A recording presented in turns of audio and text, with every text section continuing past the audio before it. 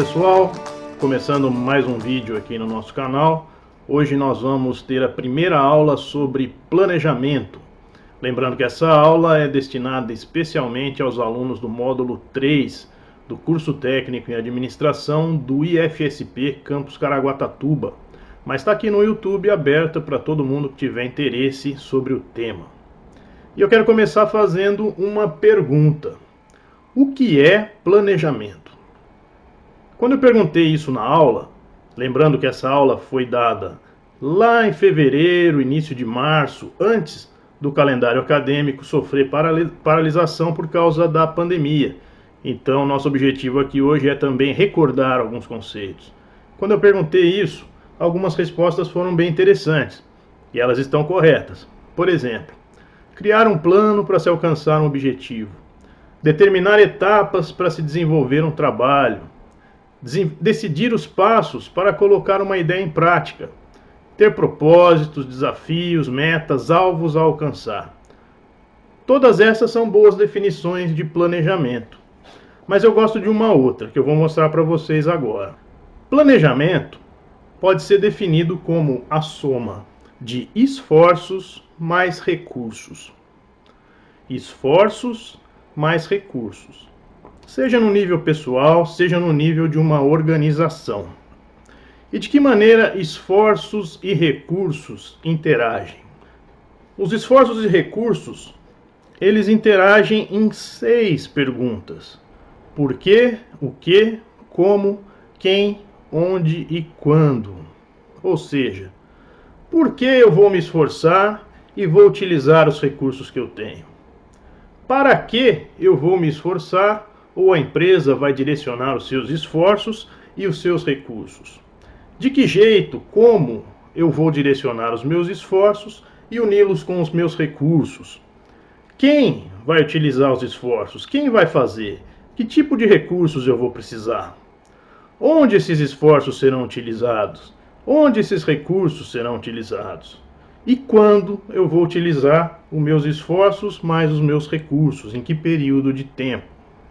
Dessa maneira, a gente pode ver que o planejamento vai responder essas 6 perguntas unindo esforço e recurso.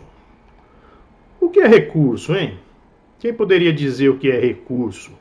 Recurso é tudo aquilo que eu tenho à minha disposição, tudo aquilo que a empresa tem à disposição para atingir, realizar os seus objetivos.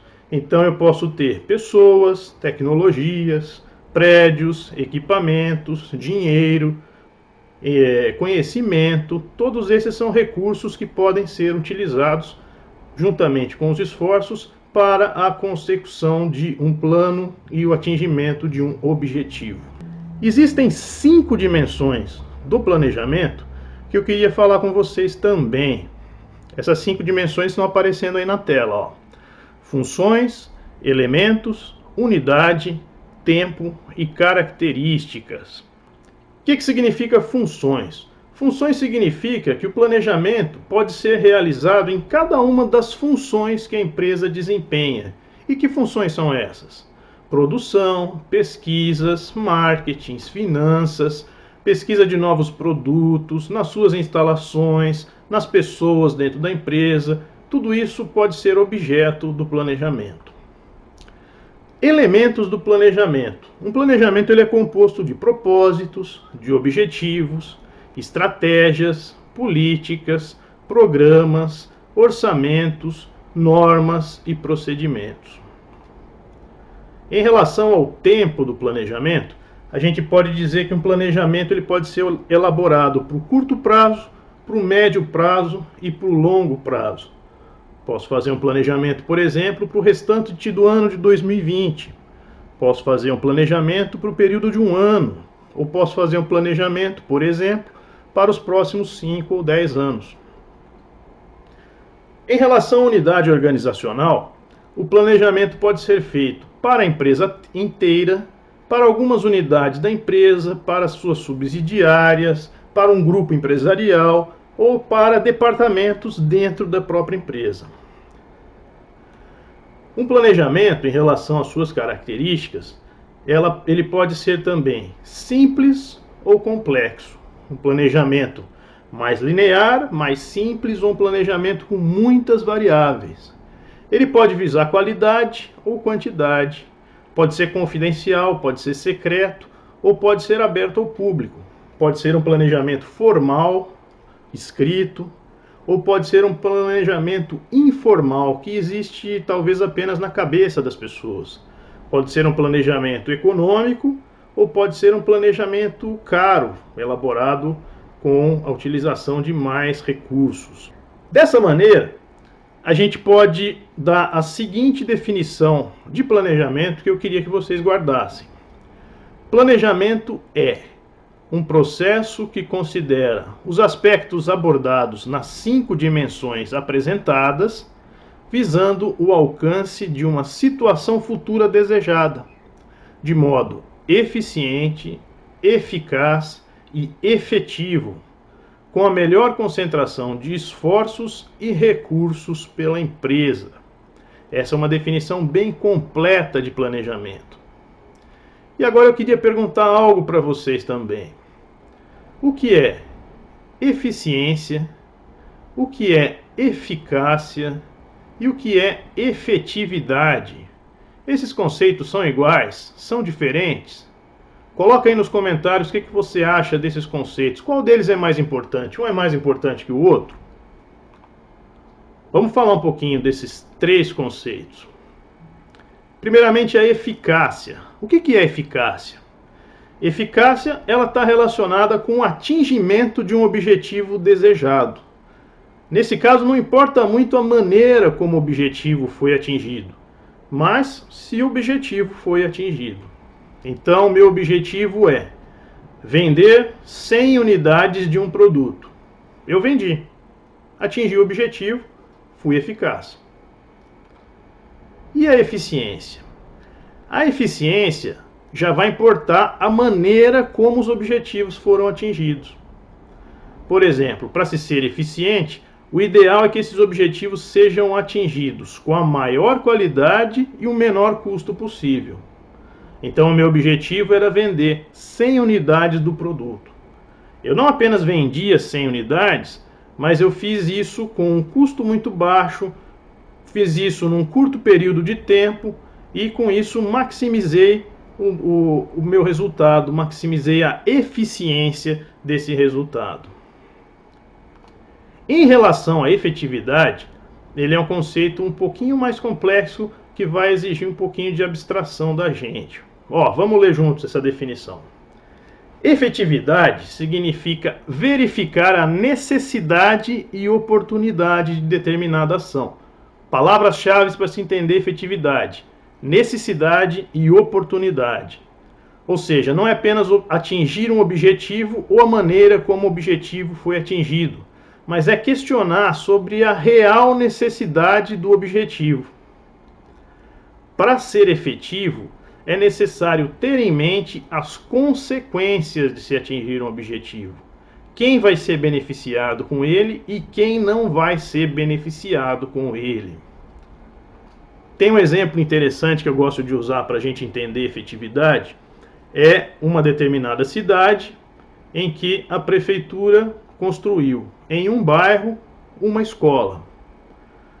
A escola é linda, o custo para a construção foi baixo, foi construído em tempo recorde, a prefeitura atingiu o objetivo de construir, ela foi eficaz. Ela conseguiu também maximizar a sua eficiência. Só que aquele bairro, ele já tinha uma outra escola. O que aquele bairro precisava mesmo era um posto de saúde. Então, a prefeitura foi eficaz, eficiente, mas não conseguiu ser efetivo. Por quê? Porque não havia necessidade daquele objetivo a ser alcançado. Os grupos daquele bairro precisavam, na realidade, que a prefeitura fizesse outra coisa completamente diferente. Então, nesse caso, aquela cidade não alcançou efetividade nas suas ações. Planejamento estratégico. Esse é um conceito que tem muita coisa escrita sobre ele. Vocês vão encontrar muito livro, muito site na internet com passos para planejamento estratégico. Eu queria destacar aqui que ele corresponde a um conjunto de providências para que uma situação futura seja diferente do passado. Assim, planejar vai envolver processo de tomada de decisões, mudanças no modo de pensar, fazer questionamentos e indagações, e também uma coisa que parece óbvia, mas que muitas vezes, tanto na vida pessoal quanto profissional, a gente ignora, que é analisar o impacto que as decisões de hoje terão no futuro. Aquilo que eu fizer hoje, aquilo que a minha empresa fizer hoje, vai ter uma consequência no futuro, próximo ou longe. Que consequências serão essas? Planejar envolve analisar esse impacto. Dessa maneira, aumentar a qualidade das decisões que eu tomo hoje para que no futuro essas decisões estejam de acordo com os objetivos que eu quero alcançar. Princípio do planejamento. Planejamento provoca modificações nas pessoas, na tecnologia e nos sistemas. De que jeito isso ocorre? Pessoas precisam de treinamento, às vezes precisam ser substituídas numa empresa, transferências, modificação nas suas funções, avaliações de desempenho, etc. Então, o planejamento vai exigir que essas modificações sejam feitas na área das pessoas, muitas vezes. Em relação à tecnologia, evolução dos conhecimentos e novas maneiras de fazer o trabalho. E sistemas, alterações muitas vezes nas responsabilidades, níveis de autoridade, centralização e descentralização, mudanças nas comunicações, nos procedimentos e nas instruções da empresa. Existem 3 tipos de planejamento: o planejamento estratégico, o planejamento tático e o planejamento operacional. Observem nesse triângulo que está aparecendo na tela que o estratégico está lá em cima e o operacional está embaixo. Estratégico, ele vai se referir à cúpula da empresa, à direção da empresa. Operacional vai implicar no que esse planejamento tem a ver com o trabalho das pessoas que fazem a operação da empresa. E o tático envolve um nível gerencial, que está no meio do caminho entre os dois. Esses 3 tipos de planejamento precisam estar integrados. A cúpula da empresa, a direção, precisa fazer o seu planejamento. É interessante, muitas vezes, que toda a empresa participe desse processo. Precisa analisar, controlar resultados. Precisa que os gerentes médios também analisem e controlem resultados e que cada unidade organizacional operacional se planeje também e que a soma delas seja o alcance do planejamento estratégico da empresa. Então, a análise e o controle dos resultados e a interligação em todos esses níveis, ela é bastante importante. Não se esqueçam sempre de pensar que a empresa ela é um sistema em que existem entradas, transformações e saídas. O pensamento sistêmico ele é muito importante. Tudo que é feito numa pequena parte, numa pequena operação da empresa, vai ter implicação em outras partes dela.